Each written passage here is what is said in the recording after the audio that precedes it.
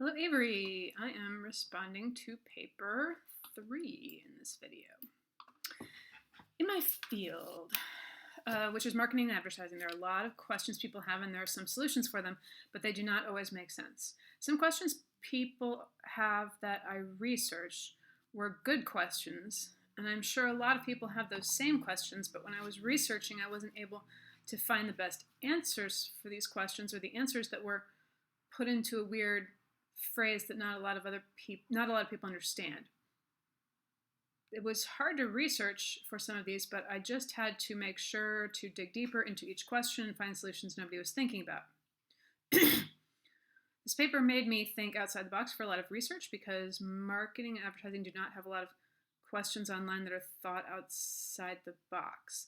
A lot of the questions I came across were the same questions I've already researched in other papers previously, even though it took longer than expected to research some of these questions. Digging deeper made me come across some cool ideas that I wouldn't have found if I didn't dig deeper. Throughout my paper, I will be asking questions I have seen, analyzing the questions, then with research, providing the best known solutions that I can come up with. You don't need any of that first paragraph. I don't feel like it really told me anything that I needed to know.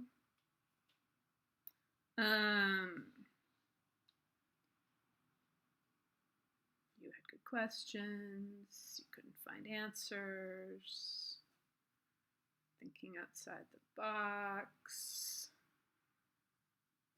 they don't have questions. Yeah, I mean, I just didn't really get anything there that I know why. I mean, it just seems like you're trying to have some stuff to say to make it longer, so make it shorter and say more. It'll be okay, I promise. Here we go. How do you hold a customer's attention when trying to get them on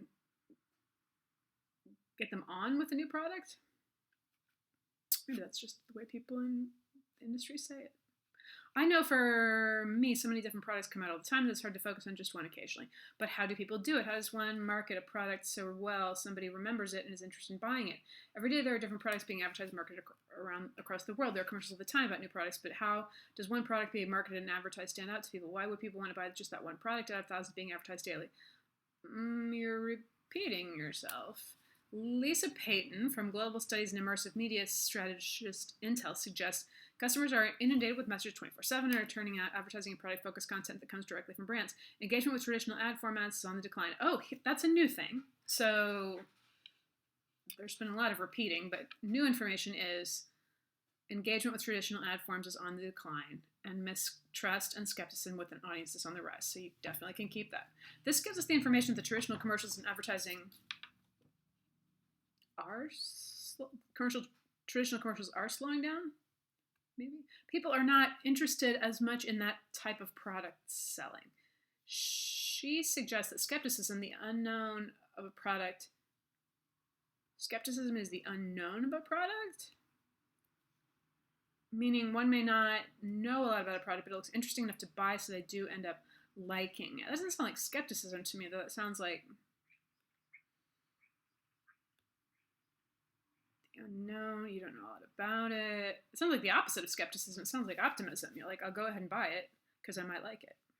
So I don't understand that. There are 2 steps for turning a good product into an even better one through advertising commercials. The first step is to allow somebody else to tell your story for you. Interesting. Somebody like your brand hero, or somebody who empowers you, you've always looked up to. This is because it helps a product better connect with an audience by leveraging micro-influencers to help champion value-driven campaigns. Whoa! What are micro-influencers? And what are value-driven campaigns? Because then you're just jumping onto the second step. Like, whoa, that you can spend some time defining both of those things. That's something you haven't talked at all about. The second step would be to create experiences and not just ads. Lisa Payton says, every interaction a customer has with your, I'm sure you mean brand. You'll throw a little R in there. Okay, is an opportunity to create a memorable experience. Spell check won't catch that. Is there a page number for that one? I mean, there might not be. Immersive technologies like virtual reality and presenting a new set of tools to allow this experience. Immersive technologies like virtual reality and presenting a new set of tools to allow this experience. Yeah, that's not a complete sentence. Maybe you mean something like immersive technologies like virtual reality or presenting a new set of tools to allow this experience helps people have memorable experiences. Maybe something like that. Overall, Lisa Payton is suggesting for people to think out of the box more. See what the audience is liking, present your idea based on that. Some of the advertising and marketing ways are getting old. We need a new insight of selling a product. Okay, so the point of this paragraph is, how do you make your stuff stand out? Because there's a lot of media out there. Traditional commercials people aren't as interested in. And so you should let someone tell you, this is a lot of things for one paragraph. Let someone tell your story, and leverage micro-influencers and have a value-driven campaign. So as I'm talking about those 5 things that are in here, I mean, like, I feel like each one of those could have its own paragraph, and then you wouldn't have, then all your sentences would really, really be necessary sentences because you'd be explaining each of those things in more depth. Okay, Mark Gracer, Senior Director, Creative and Content, blah, blah, whatever. The biggest challenges content marketers have is getting their content seen. Spend too much media to promote it, and starts looking like an ad, which it shouldn't. Tamik Grazer states, content marketers need to start working on different ideas because after a while they start looking the same and nothing new is being made because they all begin to look like the same ads. Yeah, I'm sure that is a problem, right? They're always trying to get us to, just like, part of what they do is just always trying to make it new. Coffee break. It needs to be, Glazer says, it needs to be authentic storytelling that connects with customers. The future of content marketing is all about collaborating with brands that have similar audiences. Together we can save money on content creation, share what we produce across all of our channels, and make sure that the great stories we tell you are put into the largest possible audience where they chose to consume content. Where does that quote end? Maybe there, but I'm not sure. To me, Glazer is stating the importance of new ideas and a big audience. He is suggesting getting the biggest possible audience allowed when pitching a product or idea for a product, thus finding new ways to market or advertise the product. Okay, so in this paragraph, sorry, my cat's contributing a lot to videos today. I don't know why. So in this paragraph, you're talking about they need to come up with new ideas. And then he says it needs to be storytelling. It needs to be collaboration. We can save money. And we want to get the biggest possible audience. Wow, again, that's 5. That's random. And then you say what's really important out of all those things is the new ideas and the big audience. Okay. And then you're saying we get a bigger audience when you should get the biggest audience when pitching a product. I mean, is that something you need to say? I feel like, of course, when people put out a message and they want the most people to hear it, excuse me, then finding new ways. I don't really know what that sentence is doing there. Finding new ways to advertise it? Because that's not really what your paragraph was about. Excuse me. To me, these ideas helped me answer the overall question I stated excuse me, above of how to hold the customer's attention when getting them to try a new product.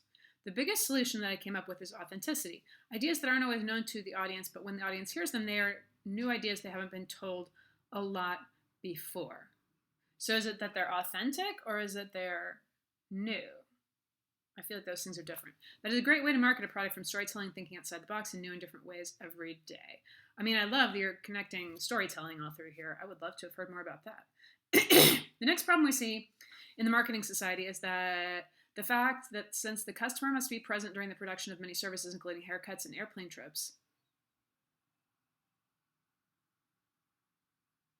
it forces the buyer into intimate contact with the production process. So the customer, so like the people from, I don't know, American Airlines have to be at someone's haircuts, and well, that's a bad example. I don't understand what that means. This causes the marketing and production to be highly interactive, and not what is going on with both sides the entire time. Oh, so you mean like the customer, not the customer of the ad agency, but the customer has to be there to get a haircut or an airplane trip. So when you buy stuff, you're close to how it's made. Maybe this causes the marketing production excuse me, to be highly interactive. And now what is going on both sides the entire time? When you get a haircut, you're constantly You're constantly looking at what they're doing to your hair the entire time it is happening. That seems like a great, interesting example. You get first glimpse into how they are doing it each step of the way. This could be an issue because you are watching them do this to your hair. You are thinking on the inside what you are feeling towards the haircut. Do I like it, or does this look bad? This is an uncomfortable position for people because not liking it could make their hairdresser feel bad for what they're doing. So a lot of the times you just roll with what you have. Yeah, I've been there. Excuse me. This correlates to marketing production process. Kinsley Carr suggests heterogeneity concerns the potential for high variability in the performance of services. Heterogeneity concerns the potential for high variability in the performance of services. The quality and essence of a service, a medical examination, car rental, restaurant meal, can vary from producer to producer, from customer to customer, from day to day. Okay, I think I understand that. This is saying that not all services, and you're about to explain this to me, which is exactly what you're supposed to do. This is saying that not all services are the same if you are choosing between two restaurants. They both serve food, but they do not serve the same exact food. And they don't serve it the exact same way, right? When you're focusing on the service part of it. These are service industries, so that's not really about the thing they give you, but about the fact that they bring it to you and they do your dishes for you and stuff. Okay, this is not saying that they both market their company, but not in the same way. Everyone is different. Who's they? They both market their company? Both restaurants? I mean, some restaurants don't market themselves like really at all. Everyone is different, and it is different daily. Each customer has their own opinion on each place. They could think one place is great one day, but they think their marketing, but they next think their marketing needs work. That is why she is saying it varies from customer to customer and day to day. So what varies is I'm still not totally sure what exactly varies. Carr states service performance from the same individuals may also differ. People's performance day in and day out fluctuates up and down. The level of consistency that you can count on and try to communicate to the consumer is not a certain thing. To me, she is stating this about marketing and the ways of it.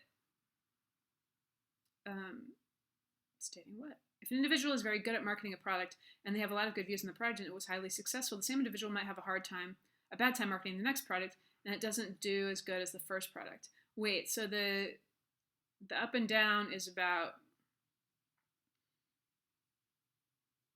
the consistency you can count on and try to communicate. You try and tell them the customer's the same thing, but yeah, I'm confused. This isn't nearly the marketer's fault, but in this industry, a lot of people will blame that person for it, but in reality, it could be the product or the customers. The customers are the problem? This is the big issue here. People think marketing companies are doing bad if a product they're trying to market is not as successful as the one they did prior. There are many reasons different reasons why this might occur, but the major thing here and the most fit solution for making people not blame the company, well, why should they not blame the company, is putting word out there. Word of what?